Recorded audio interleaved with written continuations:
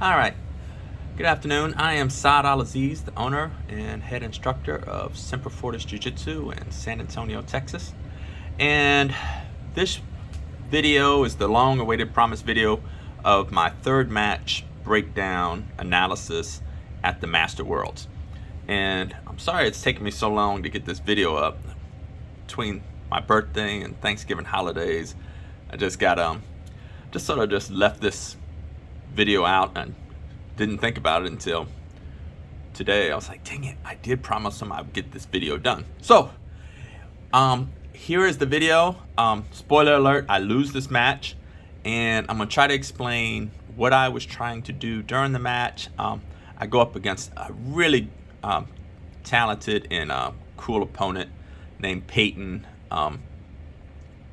He was a former U.S. Marine. We had just a great time chatting with each other and a great time competing with each other. And without further ado, I will get started and we shall see. So, yeah, Peyton Wilson. I believe his school is in Virginia, in the Richmond, Virginia area. And I said, former U.S. Marine. So it was always an honor to compete against fellow veterans.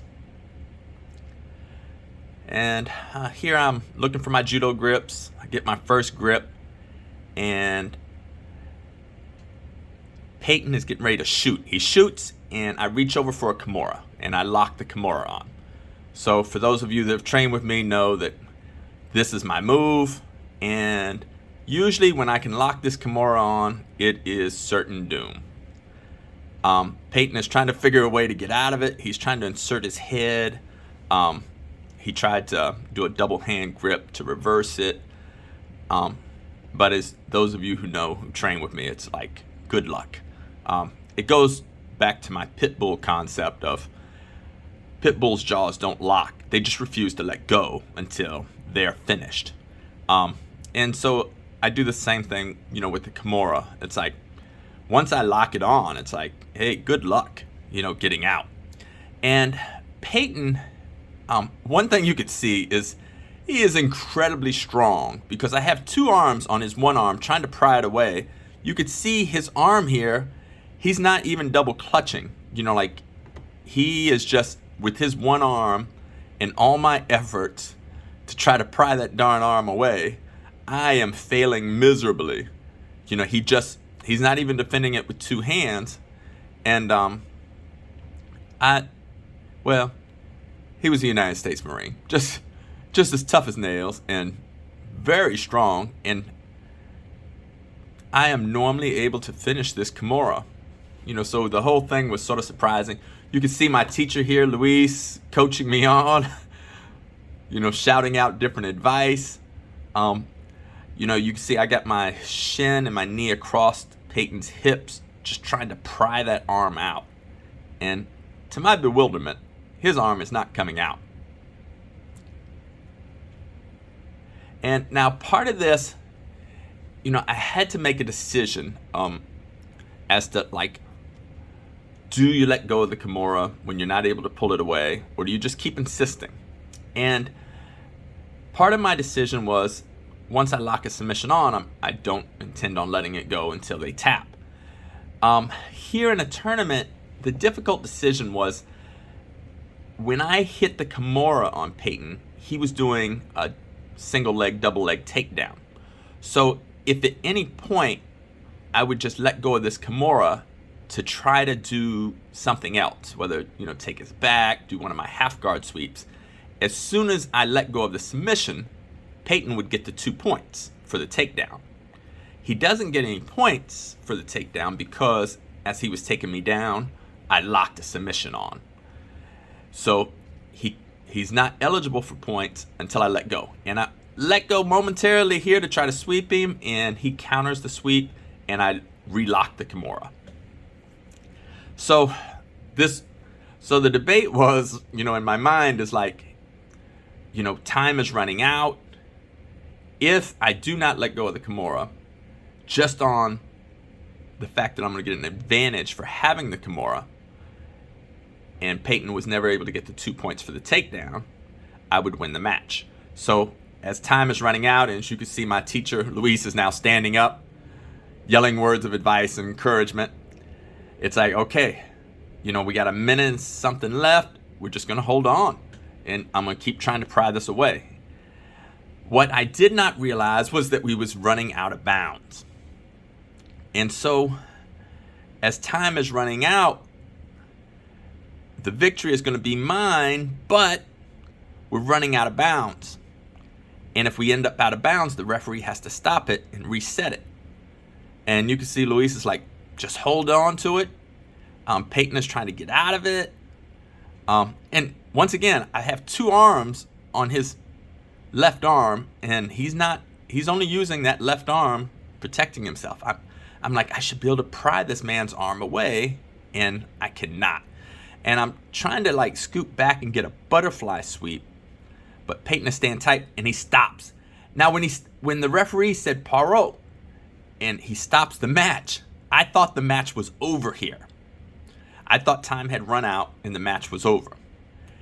And so he stops the match. We get up. I'm like, Peyton, good match. And then he points at the clock and he's like, no, we still have time left. So we've still got 16 seconds left. The referee awards me 2 points here. The reason he gives me 2 points is due to the IBJJF rules. If you have a submission locked onto your opponent, and the opponent and you somehow end up out of bounds while the submission is locked on, they do not reset you in the middle of the match with the submission re-locked on. What they do is they give 2 points to the person that had the submission locked on, which in this case was me, and Peyton didn't receive any points. But we don't go back into the submission position. I get my 2 points, which I did here. There's 16 seconds left on the clock, and we restart standing on our feet, which is what happened. And Peyton, in an amazing moment, manages to not only take me down, but pass my guard. I'm like, and everybody knows it's very difficult to pass my guard, and yet this man not only quickly takes me down, but he just turns it on, and he does a knee slice pass, and it works with just a couple seconds left. And I lose the match 5-2. So it was an interesting strategy. But at the last minute, I blew it. Well, not the last minute, the last 18, 19 seconds, I blow it and enable Peyton to score 5 points and get the victory. But hey, you live and learn. I thought I was going to win that match. When he stood us up, I thought I won and didn't realize time was left. And I just didn't get my mind back into the game quick enough.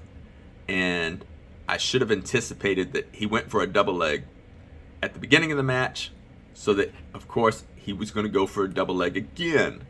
And my mind I didn't engage and react well enough. And then when I locked the half guard on from the double leg, it was tied 2-2.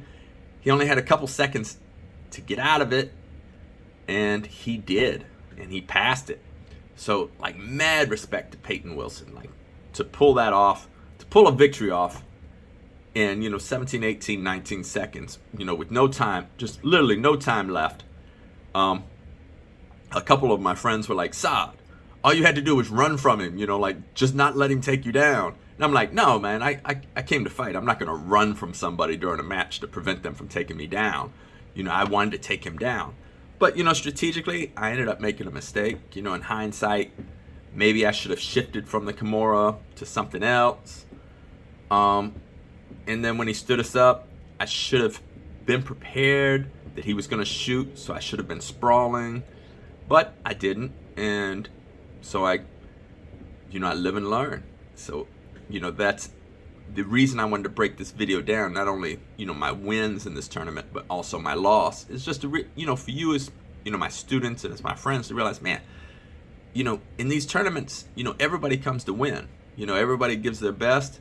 And, like Peyton, he flew in from Richmond, Virginia. I flew to Las Vegas from San Antonio, Texas.